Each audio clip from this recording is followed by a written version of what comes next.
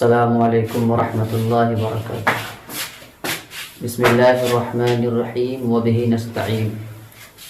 محترم ناظرین، آج میں آپ کے سامنے ایک بہت ہی مختصر اور بہت ہی اہم واقعہ پیش کرنا چاہتا ہوں کہ ایک عالم دین جو صرف ایک سوئی اپنے پڑوسی سے لے کر کے آئے اور واپس نہ کرنے کی وجہ سے قبر کے عذاب میں مبتلا ہوئے۔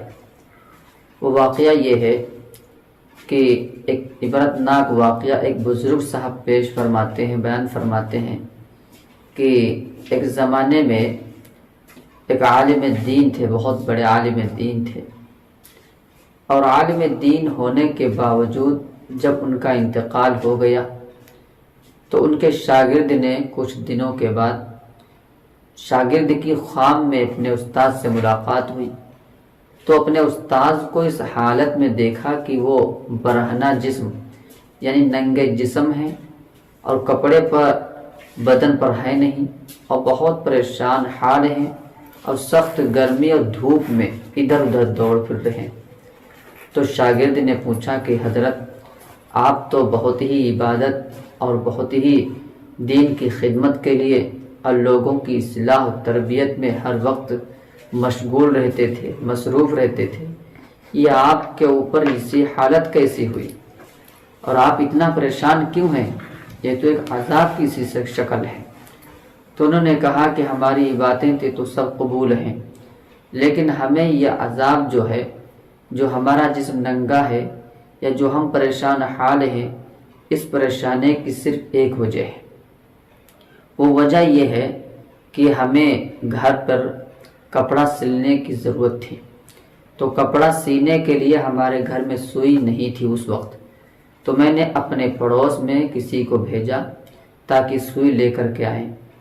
وہ سوئی لے کر کے آئے اور ہم نے اپنا کپڑا سل لیا اور سینے کے بعد وہ سوئی اپنے گھر الماری میں رکھ دیا۔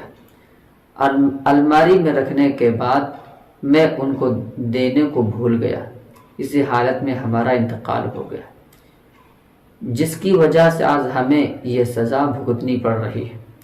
اور اے شاگرد، ہماری درخواست یہ ہے کہ جب ہمارے گھر پر جانا اور ہمارے گھر پر جانے کے بعد فلاں الماری میں ہماری سوئی رکھی ہوئی ہے، لہٰذا وہ سوئی جس کی ہم نے لی ہے فلاں کے نام بتایا، نام بتانے کے بعد کہا کہ یہ سوئی انہی کو واپس کر دیں۔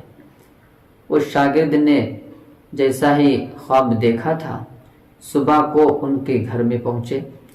گھر میں پہنچنے کے بعد کہا کہ فلاں الماری میں حضرت کی سوئی رکھی ہوئی ہے اور جس کی وجہ سے ان کو پریشانی اور عذاب میں مبتلا ہے وہ۔ تو کہا کہ ہاں سوئی تو رکھی ہوئی ہے، لیکن مہمان اس وقت زیادہ تھے، ہم دینے کو بھول گئے تھے۔ بہرحال وہ سوئی اٹھائی اور سوئی اٹھانے کے بعد جس پڑوسی کے گھر میں بتایا اور وہ پہنچ گئے۔ پہنچنے کے بعد کہا کہ یہ سوئی اپنی واپس لے لیجئے، اس سوئی کے آپ کو نہ دینے کی وجہ سے ہمارے استاذ کو یہ عذاب ہو رہا ہے، پریشانی کے عالم میں سخت دھوپ میں ادھر ادھر پھر رہے ہیں، اور آپ اللہ کے لیے معاف فرما دیجئے، جس کی وجہ سے اللہ تبارک و تعالی ہمارے استاذ کو اس عذاب سے چھٹکارا نصیب فرمائے۔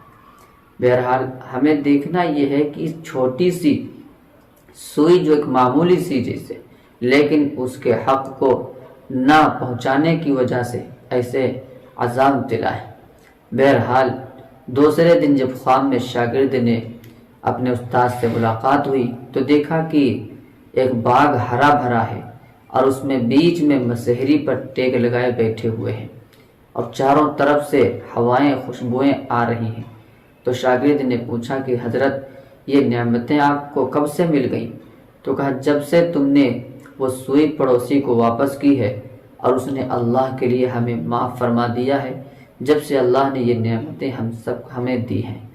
لہٰذا اس واقعے کے ضمن میں اور اس واقعے کے نتیجے سے ہمیں یہ معلوم ہوتا ہے کہ ہم کسی کا حق اپنے اوپر نہ رکھیں، چاہے کہ چھوٹا سا ہو اور چاہے کہ بڑا ہو۔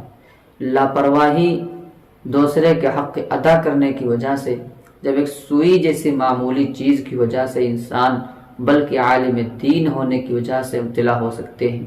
لہٰذا ہمیں بھی چاہیے اگر ہم کسی کی کوئی چیز لیں اور کام اس سے ہم حل کر لیں، اس کو فوراً واپس کر دیں، یا ہمارے اوپر جس کے بھی حق ہوں، لہٰذا مرنے سے پہلے ہم سب یہ کوشش کریں کہ ان کو ادا کریں گے۔